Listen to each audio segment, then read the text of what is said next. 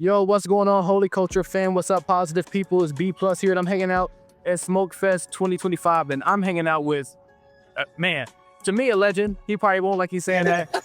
I'm hanging out with Beleaf and Fatherhood. Say what's up to the HCR fam. What up, y'all? I'm super glad to be here with B Plus, man. I was just saying, man, this dude is definitely always mentioning me and bigging me up on Twitter and stuff like that, or X now. But thank you so much for being positive, bro. Like, yeah, really are him, bro. So I thank you for that, bro. I appreciate it.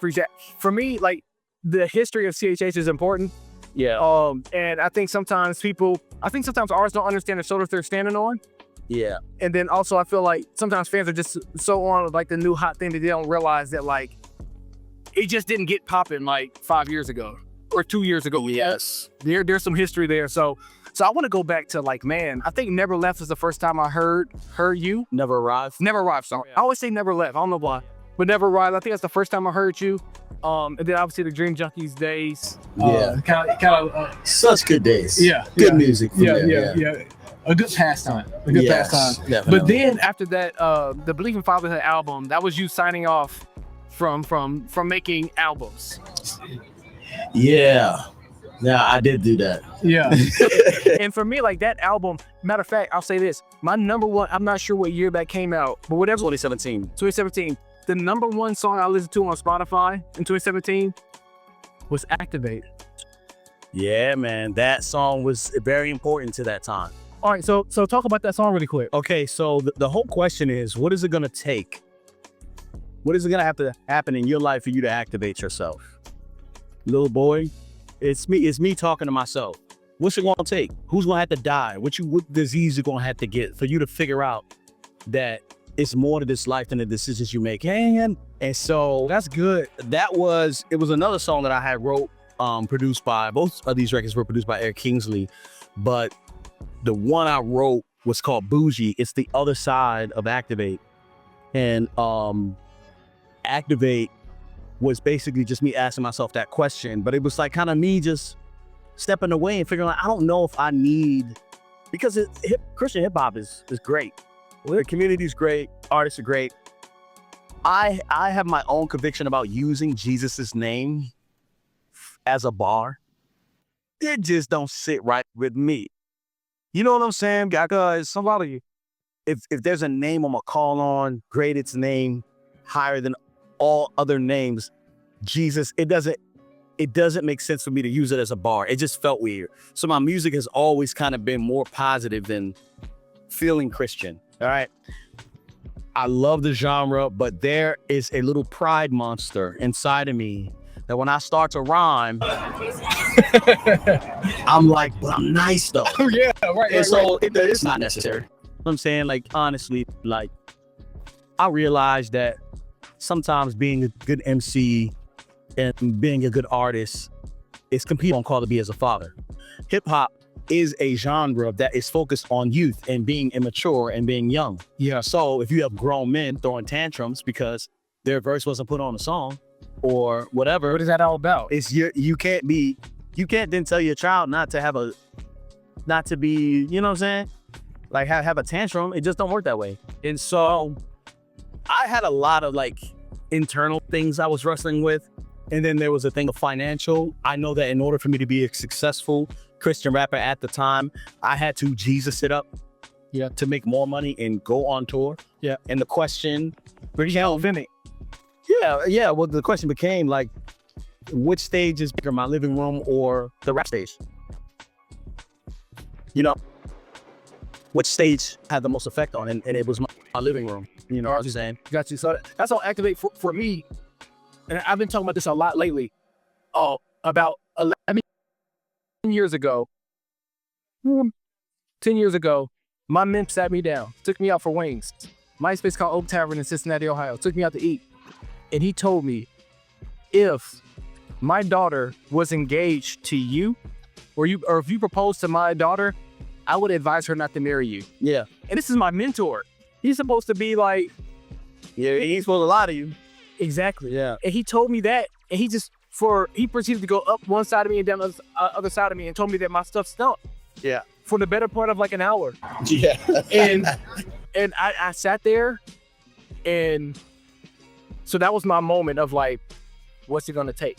And I feel like that moment for me, sitting down and talking to him and him just putting it very plain, like, I would advise my daughter not to marry you because you don't have your stuff in order. Yes. You have no follow through, you don't focus. And then that's when I started studying. I realized I'm like, oh, like there's some ADD going on here.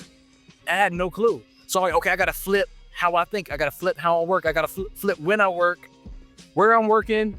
Like I get to the point where I would do certain tasks because I was working in finance, a financial analyst. So I would do certain things just in certain environments because it was funner. So I would do like my like reconciling over here. It's because it's a popping environment. People walking by and I could keep myself. I would listen to certain music when I was doing certain things. So I just kind of reoriented how I do stuff and how I live life. And for me, like I said, it was the #1 song for that whole year. Yeah. And I just kind of whip me into shape. And then obviously like the Protect Your Life. That's on my monitor at my work. Yeah, still. It's something I run through my decision-making process. So I love making music, man. I really do love it. I have probably, my therapist have been like, as homework, he assigns me songs. So he'll be like, you know, you seem to have trouble with this specific topic and your inner voice is an issue.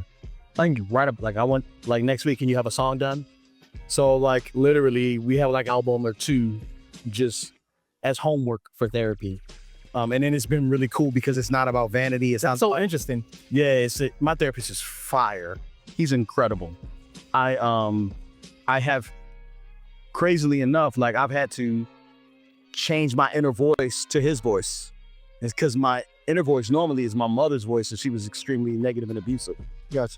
And so, you know, she didn't know no better. You know, she was young when she had me, but I deserve better as a grown man, as a father, as a creative. That's for me to be calling myself, you know, all these different rude names in order to get me and motivate myself to do something. Gotcha. You know what I'm saying? So even when you say, I wouldn't advise my daughter to marry you, you know what I'm saying? That's great. It makes sense. But if I wouldn't advise my daughter to marry me when my wife married me, gotcha, you know what I'm saying? But look at what the Lord, look at what the Lord has done. You know what I'm saying? By me having the grace to be in a relationship like my wife. She's incredible. And she has birthed a lot of who I am now just by holding me accountable. Yeah. You know what I'm saying? So it's an interesting thought for sure. Got you. Hey, what's going on? This is Hovey, and you're tuned in to the Be Positive Music Show with B+, right here on Holy Culture Radio. Ironically enough, I end up working with a lot of husbands. Yeah. We'll be celebrating 14 years this year. Oh, man. Me and my wife. Congrats. And I always find myself appreciating it. I always find myself talking to men who are like either struggling or trying to figure things out. Like, and one of the pushbacks is always just like, it comes across as to them as their wife is nagging. Yeah. I guess paint for me a picture of like, what does your wife holding you accountable look like? That's not like the stereotypical of a wife just kind of mothering you. If that makes sense. Man, that's a deep loaded question, man. So I talk about a lot of this. You know, for the past 2 years, I slowed down on the YouTube channel and I wrote a book. The whole reason I started the YouTube channel was to build an audience for the book. The book is very important. It's called Father Yourself First. It comes out on November 4th. Okay. Really important project. I say that because if you look at it as like, yeah, my wife is nagging me, that's because you haven't understood what it means for her to cry. Like when your wife is telling you something and trying to speak to you, she said it 7, 8, 9 times. It's only now, because you hear it so often now, that it's nagging, right? Not only you got to make all of her wishes come through and all that, but you do need to discern when she's communicating something out of fear, out of insecurity, or out of desperation, right? I need you to stop this because I don't know the habit. She can't say that. So she might just say, why are you always spending so much time on the video game? This needs to get done. This needs to get done. This needs to get done. What she might be saying is, I don't feel secure when I don't know your plan for our success as a family. So you spending time on this video game, even though it may be relaxing to you, I don't know what that time needs, what it means for you. That I said paint a picture and you did. Yeah. Like that, I see that in my own marriage. Yeah. I see how, like, cause like I told you, like, before we got on camera, like, I was a People pleaser. yeah, people pleaser. I would keep the peace instead of make the peace. Yes. Like, I would just like duck my head away. I saw it, but I don't want to talk about it, type of deal. I have to unlearn that and become this more, cause like, I didn't see it as passive aggressive. Yeah. And I don't really know, I still know how to just be, like, what's the opposite of being passive aggressive? Like, I don't want to be domineering because that's not my personality. Yeah. So I don't know how to, I know it's not like this polar thing, polar opposites, but like my brain right now is not comprehending how to be able to approach in a way that is not passive, but also not domineering. Yeah. You haven't learned the skill of nuance. I have not. You haven't learned the skill of finesse, right? And that sounds cringy because, like, why would you want to finesse your wife, right? Or anything like that, or any relationship. But the truth is, there's certain things that it's hard for me to communicate.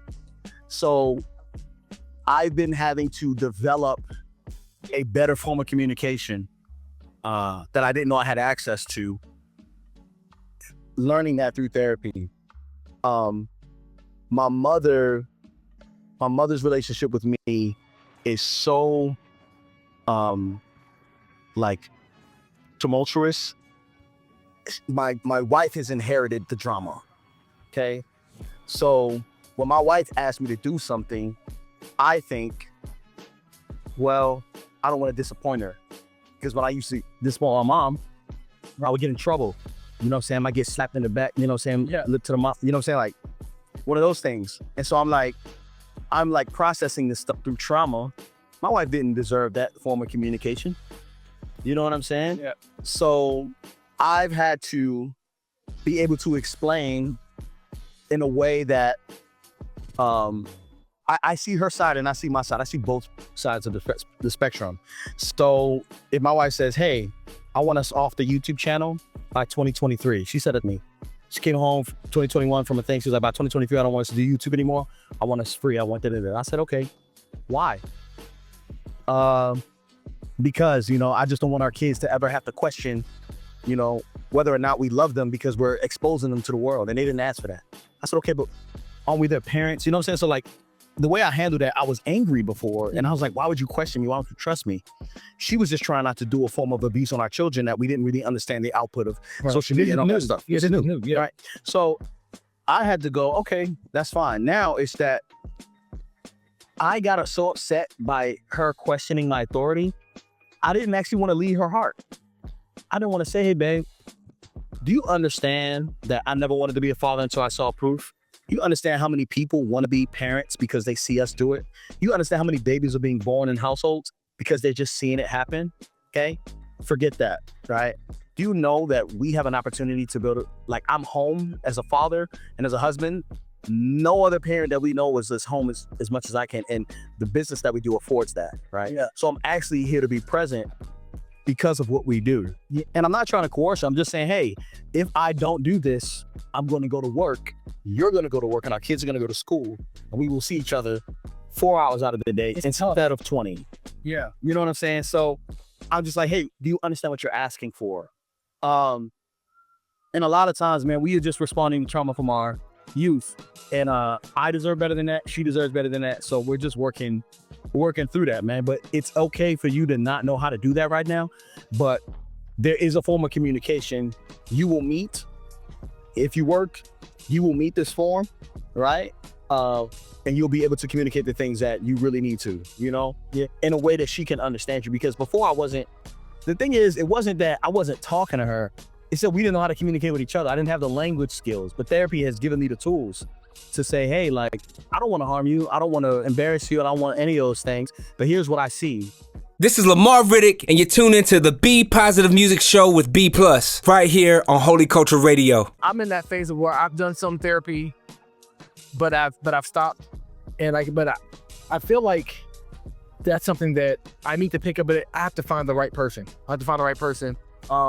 Yeah, it's amazing that whether it's your YouTube channel or whether it's your music, like they both lend to deeper issues, or not deeper. How do I want to say this? Deeper conversation. Yeah. Like I can listen to an album or listen to a song and have a big conversation about that just based off of a 3-minute song. And it's the same thing when you watch when I watch a video of yours, when I watch having a brain. Beleaf of Valet? No, Might Argue? Yeah. Yeah. But I also believe like the same is happening for this interview. So if we're talking right now, the things that we're talking about in this interview is the same stuff we were talking about on How Married Are You, and the same stuff I would be struggling with through Beleaf of Fatherhood. You know what I'm saying? So a lot of us think that we have to be a rapper in order to communicate. Well, if you can communicate it, you can use rap as a medium. Yeah. You can use books as a medium. The truth is, I'm gonna be telling you the truth, whether you're listening to a song, watching the video, or interview, or through this book I'm trying to push out there. That's dope. That's dope. So you're literally the same person, no matter the vehicle that you're driving in. Like you're still Beleaf, and that's just dope. That's dope. But I told you off camera, like I'm actually going into a sabbatical just to kind of figure some things out and figure out how I would like to approach this media space. Are you taking a Sabbath? The reason why you need a break is because you don't know how to stop and rest throughout the week and throughout the day. I got this oil ring. It tells me when your stress is messed up. I had a day I was 9 hours and 15 minutes stressed consistently. How long? 9 hours and 15 minutes. And I wasn't able to see that. I just noticed that my breaths were shallow. So there's a reason why we got to take a Sabbath. I was just doing a study. When I get back, my family's going to Sabbath together weekly as a command. But I would challenge you, right, to take those times, to take your 7 week, but also when you get back, even though you're 7 week, take a sabbatical. Yeah. I Sabbath, I'm sorry. My last 2 shows signing off, before my Sabbath, I talked about like pit stops. How pit stops have gone. Like I don't follow NASCAR, or that's what the Lord gave me. Yeah. So I started studying it of like, they've got a pit stop down from like a minute to when it first started back in the 60s or 70s or whatever, down to like 8 seconds. Wow. In NASCAR. Wow. F1 racing, it's 3 seconds. The world record is like 1.8 seconds. Oh my. That's tires and fuel. And what God showed me was, is that that's what we're doing, and we're calling it a break. We're changing oil, we're changing gas, and we're changing tires. Good. And like, what happened? Like, you have foundational things wrong with this car, and you just gas tires out. Yes. Gas tires out week after week with my show. He's like, you've done 160 plus shows without taking more than a 2-week break. That's crazy. Yeah. It is crazy. It is crazy. So I really appreciate what you're doing, man. Thank you for what you're doing. I know you got a lot going on. You got your tiny humans. You my kids here? Yeah. Yeah. So I don't want to hold you up. I appreciate you stopping. You gave me 20 minutes just to hang out. No, man. I mean, we've been kind of talking online. I owe you this. Like, you've been supporting me for a long time, so I appreciate you. Yeah. Just for sure continuing to support, bro. We'll do. And you're still seeing out there in them Twitter, aka X streets. Yes. Yeah. Amen. God bless you, man. All right, bro. Peace. So y'all be easy. Holy Culture Radio.